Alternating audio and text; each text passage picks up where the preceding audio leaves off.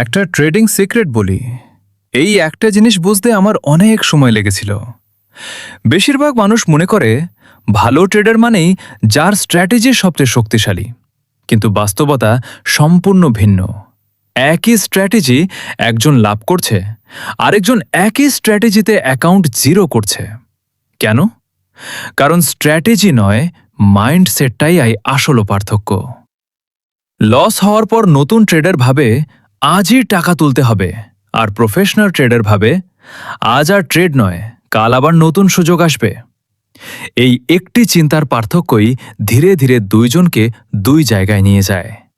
মনে রেখো, মার্কেটের সুযোগ কখনো শেষ হয় না, কিন্তু আবেগের বশে নেওয়া একটি সিদ্ধান্ত অনেক দিনের পরিশ্রম নষ্ট করে দিতে পারে।